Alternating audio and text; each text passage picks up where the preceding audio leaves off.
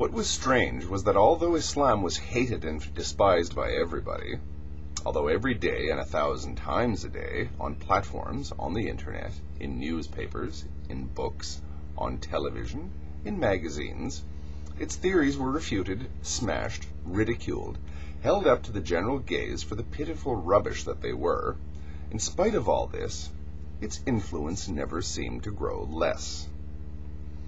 Always there were fresh dupes waiting to be seduced by it.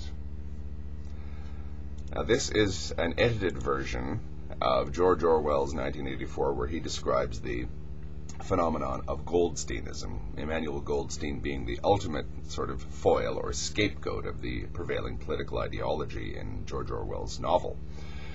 He's sort of a Leon Trotsky / Osama bin Laden character. He's always there lurking in the distance, the master puppeteer, engaged in all kinds of terrible things, deliberately meant to cause as much harm as possible on humanity. I'm not going to say that being opposed to Islam is quite on the same order as Ingsoc, the ideology of 1984.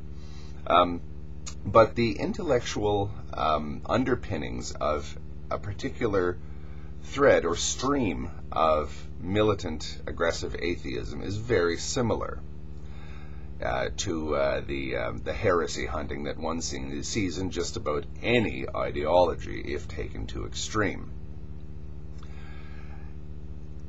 No matter how many times, so the argument goes, we show that Islam is an inferior religion that keeps you in the dark, that stunts your intellectual growth, that retards science, that holds us back, generally speaking, in every way, there are still people who doggedly refuse to abandon it and doggedly continue to follow it as a faith.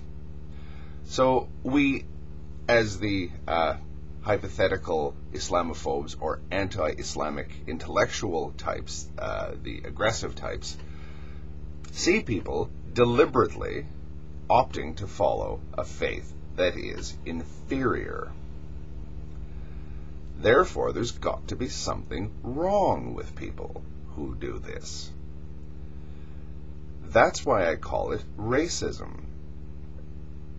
That's why I say that if you are actually angry, opposed, or otherwise disposed to despise people who follow this faith, then you are actually assuming, you are actually stating, in my opinion, that these people are somehow defective. This is the last in my long and exhaustive and exhausting series on Islamophobia and racism. I think that I've made my point. A lot of people think that I've kind of made too vague a point or too sweeping a point. It's been a very long road, but this is something that I've wanted to do for a very long period of time. It's a culmination of a lot of sort of discussions I've had with various people, and it's also the result of a lot of my own personal ruminations on the matter. I don't like where the world is going. I don't like, or at least in this one particular regard, I'm actually, overall, I'm optimistic about the way the world is going on. But on this particular issue, I don't like the way things are going one bit. And I don't like the way that pseudo-intellectualism has been harnessed to underpin one of the most base and yet one of the oldest of human tendencies, scapegoating.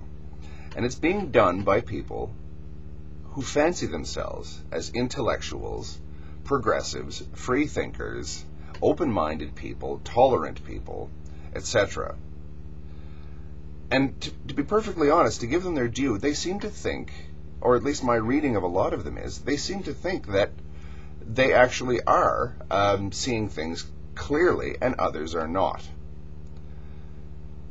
This kind of scapegoating is what leads to conflicts. Leads to pointless, intractable conflicts. Because once people's emotions become involved, once people decide that the other side is just not playing by the rules, is just deliberately looking at things the wrong way, or can't in the nature of things see things the right way, These kinds of conflicts become so intractable that they become entrenched. And I don't want to see this relatively new type of Islamophobia, this aggressive, hate-filled Islamophobia, grow any deeper roots than it's already grown, because it has the consequences to become an extremely dangerous conflict. The numbers are simply too large for us to ignore, the numbers of people involved or potentially involved. Thank you for bearing with me throughout this long series, and don't worry, I've made my point. Thank you.